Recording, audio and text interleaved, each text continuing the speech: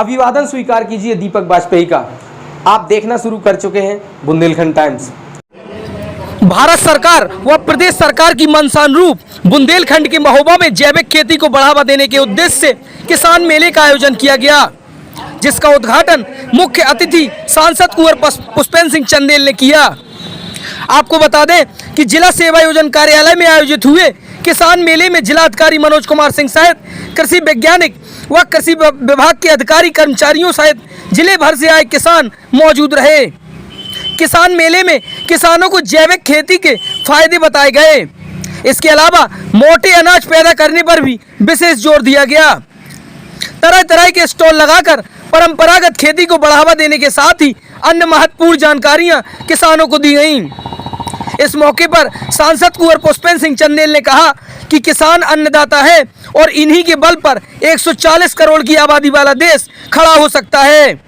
उन्होंने कहा किसान निर्भीक होकर के अपने परिवार का सदस्य मानकर आपस में किसानों से, कर्मचारियों से, अधिकारियों से घुल मिलकर सीखें और जमीन पर उतारें और ऐसे कार्यक्रम आयोजित किए जा रहे हैं। इसका लाभ अधिकतम लोगों को पहुंचे, यही सरकार की मंशा है। भारत सरकार की और प्रदेश सरकार की मंशा है कि किसानों को अधिकतम सही समय पर जानकारी उपलब्ध रहे, ताकि किसान सभी जानकारियों का, सभी शोध का, जो हमारे वैज्ञानिकों ने शोध किया, जो कृषि विभाग के अधिकारियों, कर्मचारियों ने जो भी जानकारी उपलब्ध करके हर जनपद में गांव-गांव तक उसको पहुंचाएं। इसके लिए ऐसे आयोजन किए जाते हैं और ये आयोजन सफल तभी माने जाते हैं जब ये चीजें जमीन पर उतर सकें।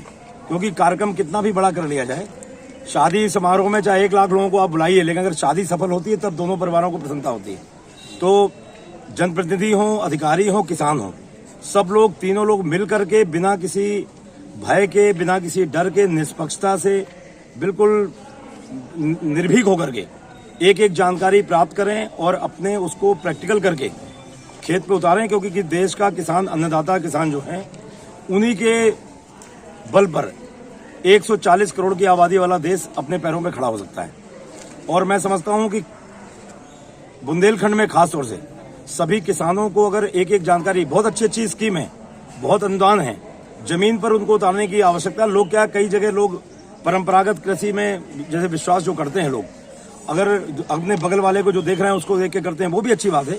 लेकिन अगर परंपरागत खेती करनी है तो जो हमारे बुजुर्ग करते थे प्राकृतिक खेती, जो हमारे ये जो मोटे अनाज जो बोए जाते थे, जिनको अपने यहाँ, जैसे हम लोगों के यहाँ स्कीम में मिलेट्स बोलते हैं, अब 90% लोग मेरे क्षेत्र के मिलेट्स नहीं समझ सकते, नहीं समझते हैं इसलिए मिलेट्स क्या है। लेकिन कृषि विभाग की स्कीम में मिलेट्स बोला जा रहा है। तो मेरा मानना है कि वो जो जिस भाषा में समझे हिंदुस्तान में, उसको उसकी भाषा में समझाने का काम हो। और ऐसे जो आयोजन होते हैं वहाँ पर बुंदेलखंडी लोकल भाषा में भी उनको स्कीम को बताया जाए। कई बार होता है, हम लोग भी हैं, पढ़े लिखे जरूर हैं, लेकिन कई बार इंग्लिश के ऐसे वर्ड्स होते हैं कि हम लोग उनको अगल बगल वालों से पूछना पड़ता है कि भाई इसका क्या मतलब है। कोई शर्म थोड़ी ना है। हम अगर किसी चीज का गलत अर्थ समझ जाएंगे तो हम काम क्या करेंगे। तो हमारे किसान बुंदेलखंड के बड़े संकोची हैं, चीजों को पूछने में डरते हैं, अधिकारियों से मिलने में डरते हैं। तो मेरा संदेश आपके माध्यम से है, किसान निर्भीक होकर के, अपने परिवार का सदस्य मान करके, अपने आपस में किसानों से, कर्मचारियों से, अधिकारियों से घुल मिल करके वो उनको सीखें, चीजों को जमीन में उतारें। तब ये जो ऐसे जो आयोजन हैं, जिसमें बड़ी ऊर्जा खर्च होती है, बड़ा पैसा खर्च होता है, पूरे अधिकारी कर्मचारी, ऐसी आप देख रहे हैं भीषण गर्मी में सभी हमारे अधिकारीगण, कर्मचारीगण पूरी गर्मी में यहाँ पर हैं, हमारे किसान भी गर्मी में आए हैं, इसका लाभ अधिकतम पहुंचे, यही सरकार की मंशा, यही हम लोगों की मंशा है।